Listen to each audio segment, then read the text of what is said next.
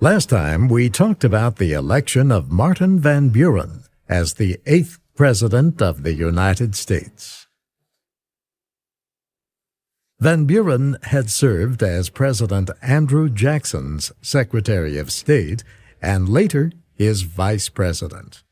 Jackson asked his political party, the Democrats, to nominate Van Buren as their presidential candidate in the 1836 election.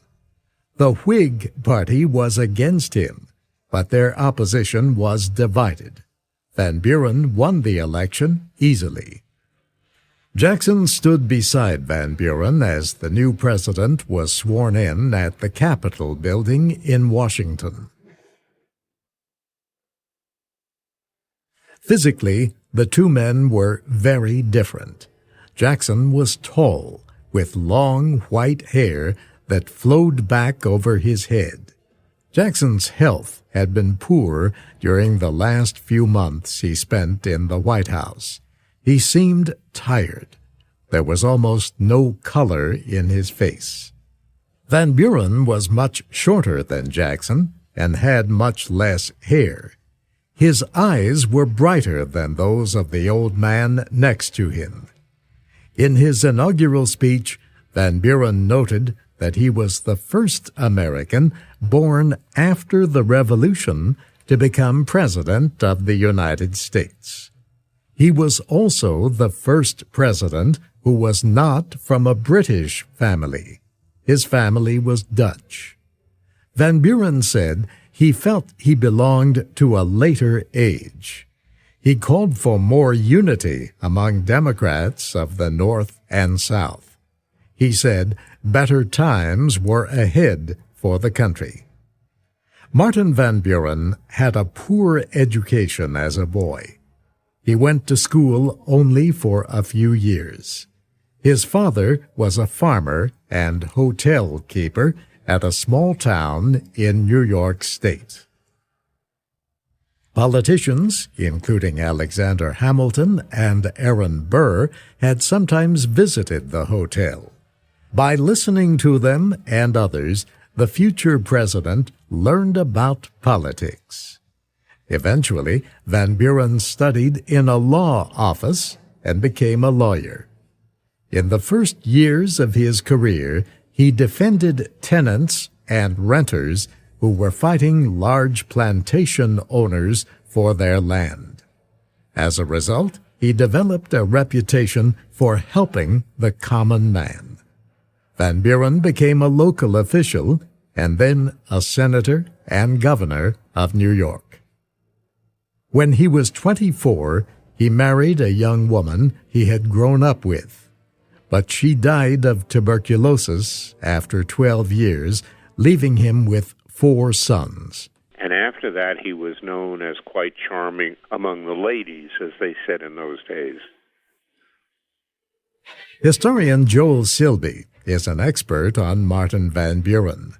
Mr. Silby says most people who knew Van Buren liked him. He seemed warm and friendly. He tried to keep his political life and his social life separate. It was not unusual to see him exchange handshakes, smiles, and jokes with men who were his political enemies. But he did not have a national reputation like Andrew Jackson had. What he was known for and what got him into the vice presidency and then the presidency was that he was Jackson's right-hand man. Van Buren had been president for just a few days when an economic crisis struck the country. The crisis had been building for months. It really began with the death of the Bank of the United States more than a year before. The bank had been so strong that it was able to control the economy throughout most of the country. It also helped control smaller state banks. It refused to accept the notes or paper money of these banks unless the state banks could exchange the paper for gold or silver money. Jackson had opposed the Bank of the United States.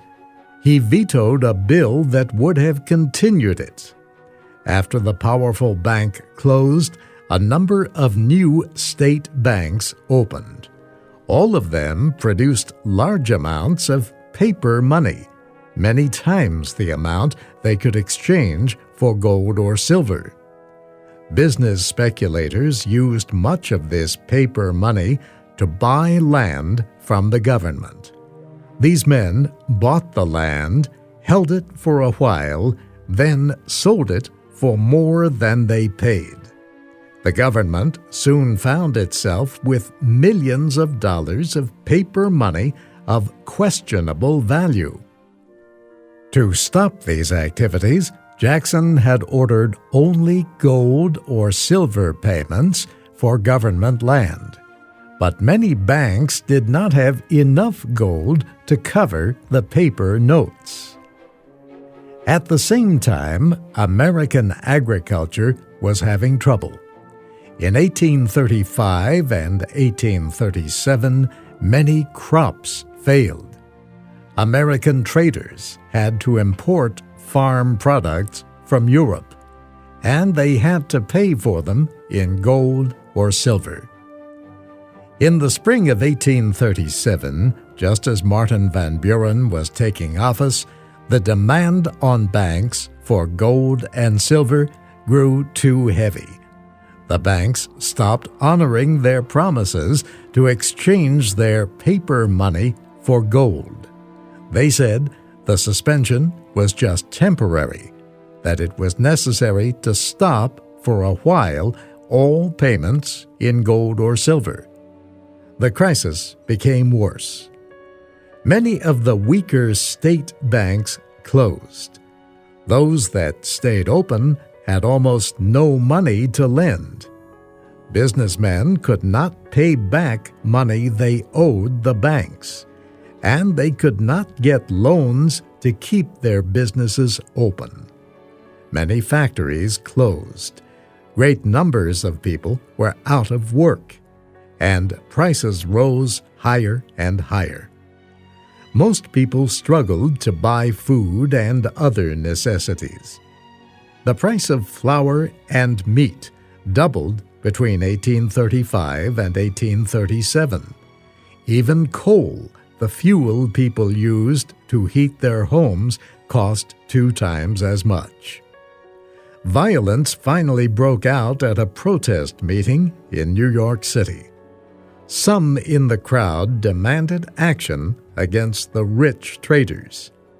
About 1,000 people marched to a store, forced their way into it, and destroyed large amounts of flour and grain. Businessmen blamed the government for the economic depression. They said the biggest reason was a decision former President Jackson made. Jackson's order required the government to accept only gold or silver for government land. Opponents said the order had caused fear and mistrust. Even some of Jackson's strongest supporters said it should be lifted. They said the measure had done its job of ending land speculation. Now, they said, it was hurting the economy. 2 of President Van Buren's closest advisers urged him to continue the order. Lifting it, they argued, would flood the federal government with worthless paper money. Van Buren was troubled.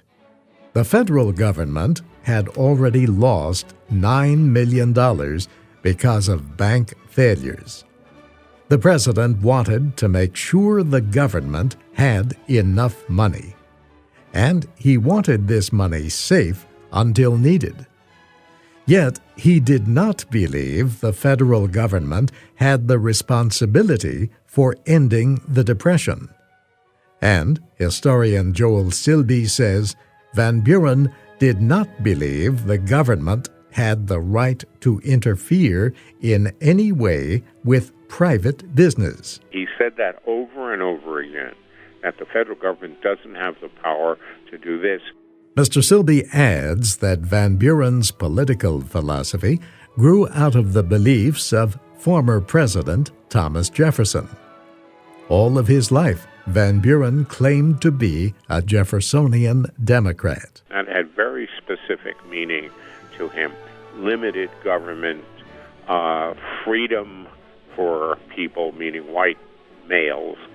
He was an egalitarian within the limits of those years. Van Buren also shared Jackson's suspicion of bankers. In general, he believed no group, neither the government nor the wealthy, should have too much power, not even to help the economy. So Van Buren decided to continue Jackson's order. No government land could be bought with paper money. The American economy got worse. The president called a special meeting of Congress. In a message to lawmakers, Van Buren said, "Overbanking and overtrading had caused the Depression." He proposed several steps to protect the government. One of them was for Congress to pass a law permitting the government to keep its own money in the Treasury. America's Treasury Department received money when it collected import taxes and sold land. It used this money to pay what the government owed. The Treasury did not, however, hold the money from the time it was collected to the time it was paid out. The Treasury put the money in private banks. President Van Buren wanted to end this custom. He wanted a law to let the Treasury keep government money in its own secure places. The Whigs criticized Van Buren for thinking only of protecting the federal government and not helping businessmen, farmers, and the states. Some Democrats, who believed strongly in states' rights, also opposed Van Buren's idea. All these opponents provided enough votes in Congress to defeat the proposal. Van Buren tried again the following year to get approval for an independent treasury. Again, the proposal was defeated. Finally, in June 1840, Congress passed a law enabling the Treasury Department to hold government money itself. Van Buren signed what was called the Independent Treasury Bill. But the economic depression continued. Martin Van Buren also faced an international challenge from a surprising place.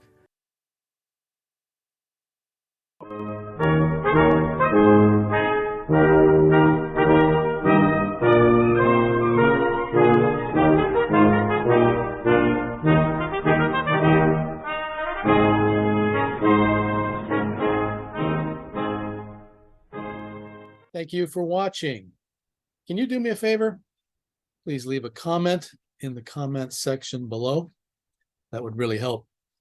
Thank you, and see you again soon.